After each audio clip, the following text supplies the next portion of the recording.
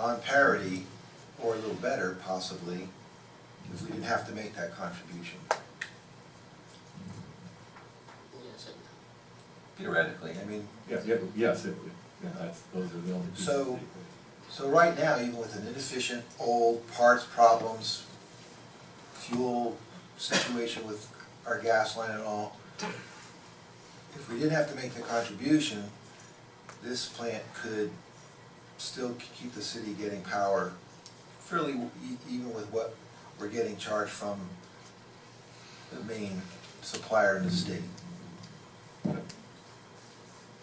It's just a point I wanted to get in everybody's mind. If there's a goal here, and eventually you look at other things that will come in this discussion a little later on here tonight, but it has to do with that transfer concept of transferring the fund. And if you didn't have to, the rate would be pretty darn good. To put it in another perspective, Say that, Jim. we did a calculation of looking at if FP&L owned the operation and they paid franchise and all the things that would normally, there's about a differential between $3 to $4 million, which is the number we're talking about here. But you got to remember, at a tax rate of 5.4, we're bringing in this, over $5 million. That's a huge number for this city to do away with quickly. When did we start subsidizing the general fund from the electric utilities? I'm not sure. That's a good question. Do you It probably know? goes back to the 70s and 80s, maybe it started. Who knows? Commissioner Boyd? Yeah, I mean, I think we're talking a little more broadly than this, but I think these are important discussions. And what I just heard, two things that stuck in my mind. What I just heard from the city manager is that,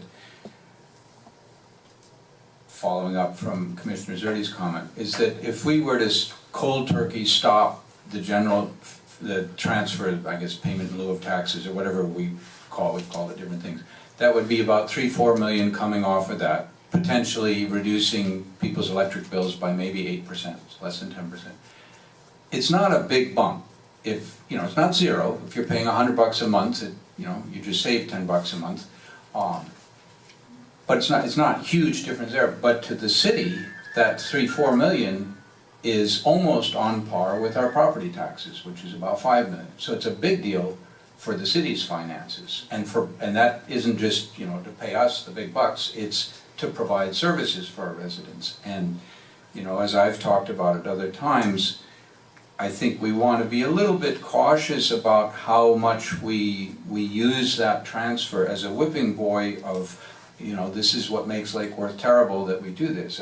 We have, as was mentioned by some of the other commissioners or the mayor, that we have a challenge that we need to provide service to our community. We have parts of the community that don't put a lot of property tax in, but they need services, and this is one way, albeit not ideal. Probably economists wouldn't think it was a glorious plan, but it is a way of spreading some of that cost of services provided to the people who actually use it. So it makes a certain amount of sense. And the other piece that stuck in my mind was something that the chairperson of the EUAB mentioned, Lisa mentioned, that all the information that we're getting is that prices of power will go up in the future. I would add one piece, I would generally agree with that. I would add one piece to that. The prices of renewable energy are doing the opposite. They are steeply coming down. And people are very excited in the renewable energy world because we've already crossed past coal and we're headed toward crossing past the other ones. So if we're thinking long term and we're thinking purely economically, forget about carbon footprints and the environment and all of, saving the world and all that malarkey, but just thinking economically, renewable energy needs to be very seriously on our horizon because economically it's crossing. It's getting to the point where it's cheap enough to do it. So, and that cost is coming down rather than going up. It is definitely true that any form of fossil fuel guaranteed is going to go up, whether it's for supply reasons, whether for natural gas. The opposition to fracking continues to grow. The health issues with it are, they keep going. New York State has banned, said you can't do fracking in our state. and you can read up on that, there's lots of concern about it. So the price of natural gas will surely go back up. Prices of oil, because we're past peak production, those will continue to rise. There'll be little bumps, right now it's dropped, but it's gonna go up. And then on top of that, there's gonna be almost surely worldwide carbon taxes coming on this. So in terms of our thinking, let's make sure that we're thinking about a mixed bag of generation of sourcing, and that renewables is a piece of that for purely economic reasons. I agree with you on that. I mean, first of all, I don't like the timeline of having to extend. I mean, the first thing you said was, we're gonna have to extend the purchase power agreement because neither of the options are going to happen fast enough before we'll be able to lock in a decent rate to continue on with what we're doing. Just a couple of things. Number one, as for the politically palatable, I don't think anyone up here cares about the politically palatable. We've been given a task and we're gonna do what we need to do, so I don't think any of us are too concerned about that. I would agree with you on that. As for what Commissioner McBoy was saying, if we do have to wait longer, just recently when I was in Washington with the Department of Energy and looking at solar, photovoltaic on the landfill site and other options like that, also when we were back in the last process, the last go around, waste to energy, those costs, if the city should decide, to reinvest on that level, those prices will go down for some of those types of facilities in the amount of time that are there, because they are dropping dramatically in other places. So those are different options we'll be looking at if the timeline, or I guess when the timeline changes, because we're going to have to be doing that. So we'll have different options to look at while we're comparing the options, because things are going to change. They already have. Look at what we're discussing now from where we were just a year or 2 years ago. So, all right, I think we've hashed this out pretty good. Want to go on to the next one? Because I'm sure you've got plenty more to talk about. Sure. Thanks.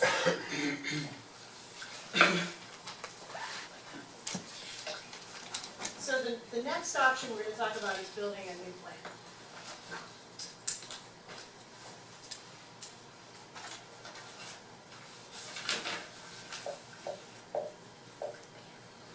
So there is a possibility that by upgrading and improving the efficiency of the existing plant, that we could lower the cost of power for our customers to the point where we could actually be not just competitive, but perhaps surpass FP&L's rates and or deal with the general transfer.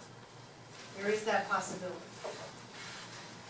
Number two, it provides financial flexibility and could move the city towards stability. Revenues stay in the community.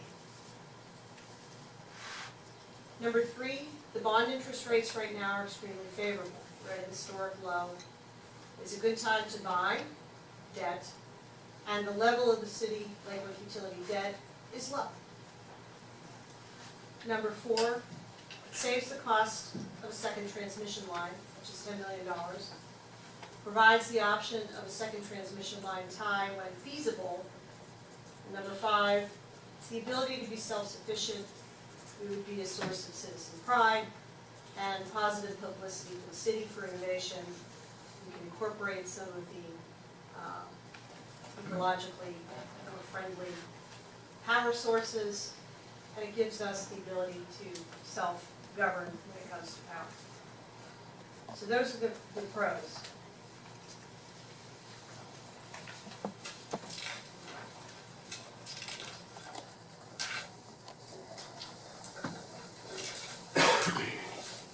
The cons are, number one, the high cost of construction and the concern for public sentiment. Number two, it commits the city of Lake Worth to running a municipally owned utility ad infinitum. Number three, there are environmental concerns. There are permitting licenses that must be obtained, greenhouse gas regulations. There could be environmental cleanups at our existing plant site. Number four, we're binding future generations to overall financial, legal, and operational obligations. And number five, if the political situation should change, it could be used as a limit to growth. So those are the pros and the cons. Commissioners? Vice Mayor? Thank you. Let's go to your pro number one, potentially the lowest cost power supply for customers and best financial benefit to the city. Why is it the best financial benefit to the city? Even though I'm just reading this on its face, okay, we provide low cost electricity to our customers, but how does that financially benefit the city? Well, in a competitive environment, it's possible to purchase equipment, new generation equipment essentially, that could be highly efficient. And because of that, and because we have options for powering the power plant, if you will, we have the natural gas line, we have the Stanton, we have the agreements that we have in place. It gives us the ability to kind of utilize those options most effectively and efficiently. Because of that, there could be an overall savings and benefit that the city could have as a result, and therefore lower bills, lower utility costs.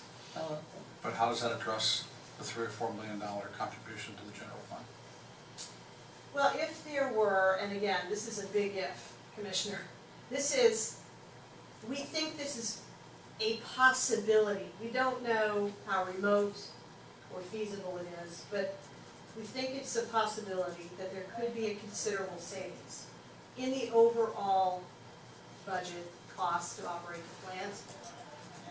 Given the current revenues, given what we could do, combined with the debt coverage and the debt service that would be necessary, there may be some overage and there may be some savings associated with that could, through some form of agreement with the city, benefit the city. Go ahead, finish. I want to pick this one Okay, go ahead. apart. So are you saying that with a new power plant, in theory, we could be so efficient and the cost of producing electricity could be so much lower than what it is now, that we could drastically reduce our rates and then bump them up a little bit if we needed to provide that $3 or $4 million gap and still be at par or less than FPL? That's what we're saying. And it's an opportunity to enter into some agreements between the city and the utility, if you will, so that it's understood. It's not this kind of nebulous, we're gonna just reach into the cookie jar and pull out whatever we need. It could be some sort of agreement, be a franchise or what have you, that's ongoing. But it's set, so everybody knows, the city can rely on it, the citizens understand it. Yes, Commissioner? One more time. So, I understand what you're saying. But I think it would be a challenge to have a contractual arrangement into the future that kind of limits how much we can dip into that cookie jar. While at its face, it sounds like a great idea that, well, it's $3 or $4 million, we can tap that, we can always remain competitive, or potentially remain competitive in the market. The problem is, we still haven't addressed the bigger issue in our community, and that is, we've not addressed our property values, we've not addressed the diversity in our tax base. So, by doing this, we haven't really accomplished anything other than lowering our rates. Unless, of course, you take my argument of the past, and that is, once you reduce the rates, that will be eliminating one of the disincentives to invest within the city. I think so. Exactly. Okay, thank you. Commissioner Boyd? And to follow on that line of reasoning, that I think there was an interesting point put at the fifth one, particularly if we went to a mixed source of generation where we said, all right, we're going to have some newer high-efficiency gas plants. Gas is an awesome combination for renewable energy, because renewable energy, as we all know, the sun doesn't shine at night that well and the wind is variable. Tides are a little more constant, but still variable. Gas is very nimble. You can crank it up and crank it down to match that very closely. So if you have a combination of gas generation plus renewable, now you're achieving both objectives of lowering your economic costs and having some cachet to the city that, hey, we're doing our part on reducing carbon, and that potentially is something that attracts people to the city, brings your property values up, and attracts different businesses that say, hey, that's pretty cool, we could run a business here, and we're able to say in our business, hey, 10% of our power comes from non-fossil fuel energy, for instance.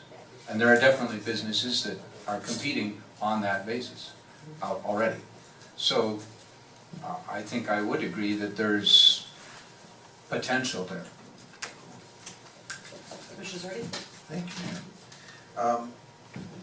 Would it not be true that if the plant was upgraded like this, you could still sell the whole thing?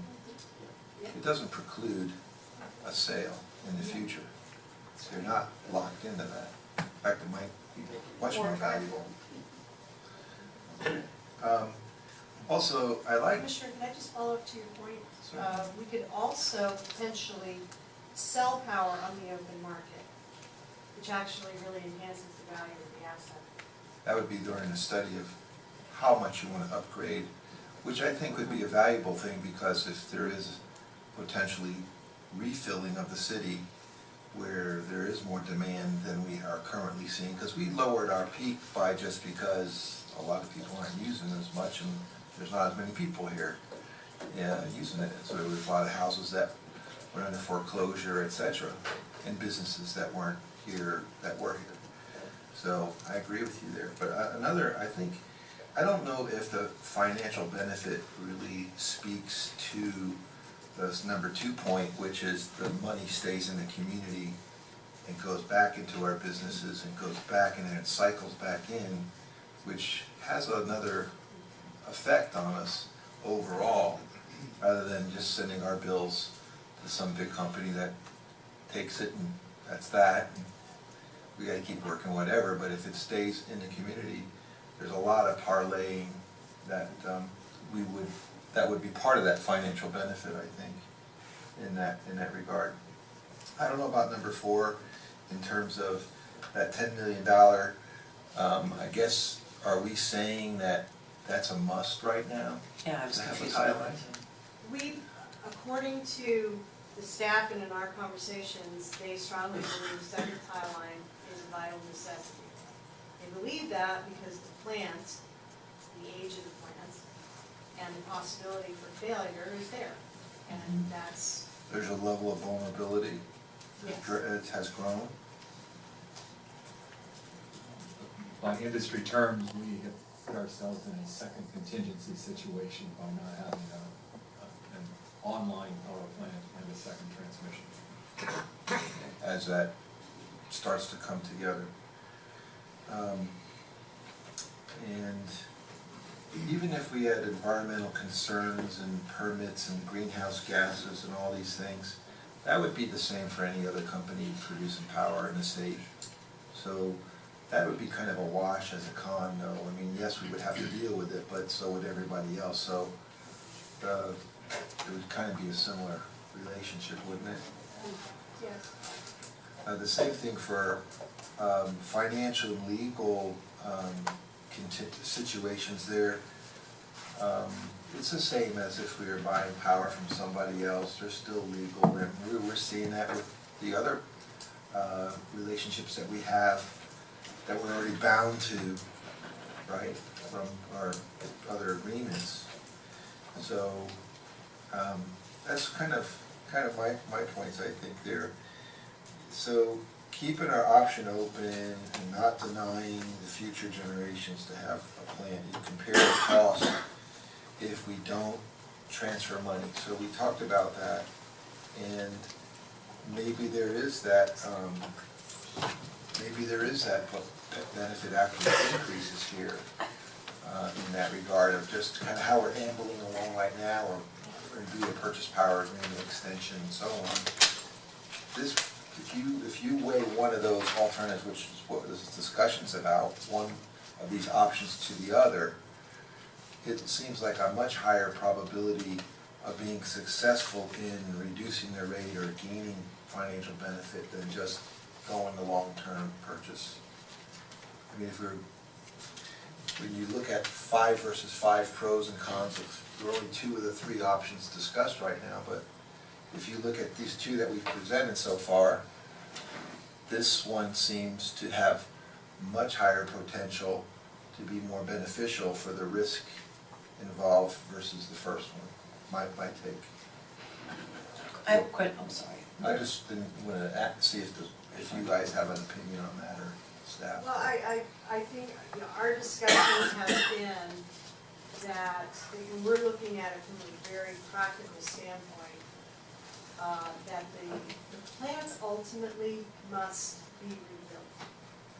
I mean, I think that's just a reality that we all have to deal with because the current plant is in the condition that it's in. And it's not going to last forever.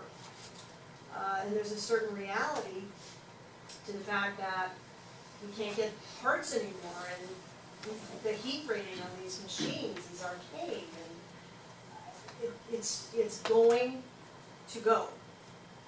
So it's a necessity that no matter what we do, that plant has to be addressed. It's part of an equation that must be addressed, and we think in the shorter term than longer. I think that's our assessment. So I'm confused now. The question, you said, okay, we have to come up with a new purchase power agreement, right? Yes. Immediately. We have to address that immediately. Pretty soon, because we're gonna run off the end of the Right. current one in So- 2 years. So we've got to do a new purchase power agreement, and we need to do a second time. Was that what we're saying? Regardless of whether if we do a purchase power agreement, another one, do we still have to do the $10 million If timeline? if you opt for sell or upgrade, then we believe the second tie line is much less of a necessity. So you wouldn't have to jump and do a second tie line at that juncture, depending on which road. For sell or upgrade? But either way, we have to do a purchase power agreement. I'm sorry, I feel like I'm Yes. spinning in circles here. No, you're absolutely right. Okay. Just because. In the short term. There's the short-term purchase power agreement, Mhm. which gave us the option of extending for 2 more years. Mhm. We're gonna run that out before you can do any of the other options. So that means that another RFP will have to go out for purchase power for just short-term, just to get us through the next hump of what road you're gonna go down, because of the timeframes. Okay. And the tie-in line? Tomorrow? 2 years from now, 4 years from now? If nothing happens, we don't need it. If we have a failure on the existing line and the power plant is fully functional, we don't need it. If we have a failure with the transmission line and the power plant is not capable of producing all of our demand, Then we got a problem. then we have a problem. And how long does it take? You said there are agreements that have to be made. How long does it take to get those regional agreements for a tie-in line? We just found out Lot of that time. we don't have the existing right-of-way. So that's a long time. Okay. That could involve eminent domain if people, as private property owners, they don't wanna grant an easement. It at a minimum involves gaining, if you're in the existing right-of-ways of municipalities, gaining their agreements, because there's a distance at which we would have to go to get that done. And neither of the options of reinvesting or selling would happen fast enough that if we needed that in a couple of years or whatever, nothing could be done fast enough that if there was a need for that. That's a correct statement. Okay. It's too long a process to build a substation and build a transmission line, let alone obtain the right of ways. And would it be a benefit to either of those scenarios? The second tie-in line for either a sell or a reinvest? Even if we sold the system, the city's condition doesn't care who the owner is. If the transmission line goes down, we're in trouble. So yes, the benefit of the second transmission line is for the reliability of the citizens of the city. Regardless of what choice is made, if we make the choice to repower the plant, and we do it with a quick start unit as opposed to the 8-hour capacity startup times that we have, then I would say that that second transmission line is not necessarily an imminent situation. Okay. Vice Mayor? Thank you. I have two things. The first question, I think, is a Clay question, and this really is, it helps me with my frame of reference. We talk about a new plant in the context of it being much more efficient to operate. All right. Can you comment and tell us our existing plant in terms of its efficiency? Is it operating at the efficiency it was designed to operate back in the day? Or is its current efficiency deteriorated because of its age? I would say it's actually operating a little bit better because of the maintenance and the upgrades that we've done to those plants. But those are small increments of increased efficiency as opposed to the new technology. So if we could go back 40 years, 45, 50 years, we were not having this conversation because back then we weren't concerned about the things we're talking about today. For two reasons. That was the only technology available. Exactly. And the second one is fuel costs didn't really matter. They were very cheap. Okay. All right, so let's go to con number 5, please. If political situation changes, could be a limit to growth. Could you tell me what you mean by that? Yes. I believe that the backdrop to that is that if we are fully self-sufficient and we have no regulatory, we have no agreements that extend beyond the boundaries of the city with other entities that are responsible for providing power. That means the city commission is solely in your hands as to how we operate, as to who gets power, how it gets divvied up, how it's administered, how quickly, under what conditions is it extended for new growth. Those are all factors that are in the commission's hands solely. If FP&L were here, that would not be in your hands.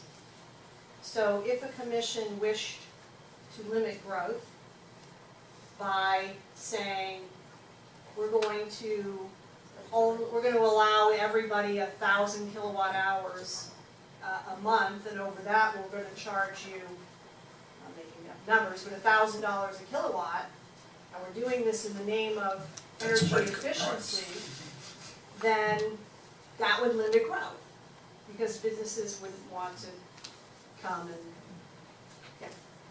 So I believe that's the Vice Mayor? thinking. So could we supplant the word growth with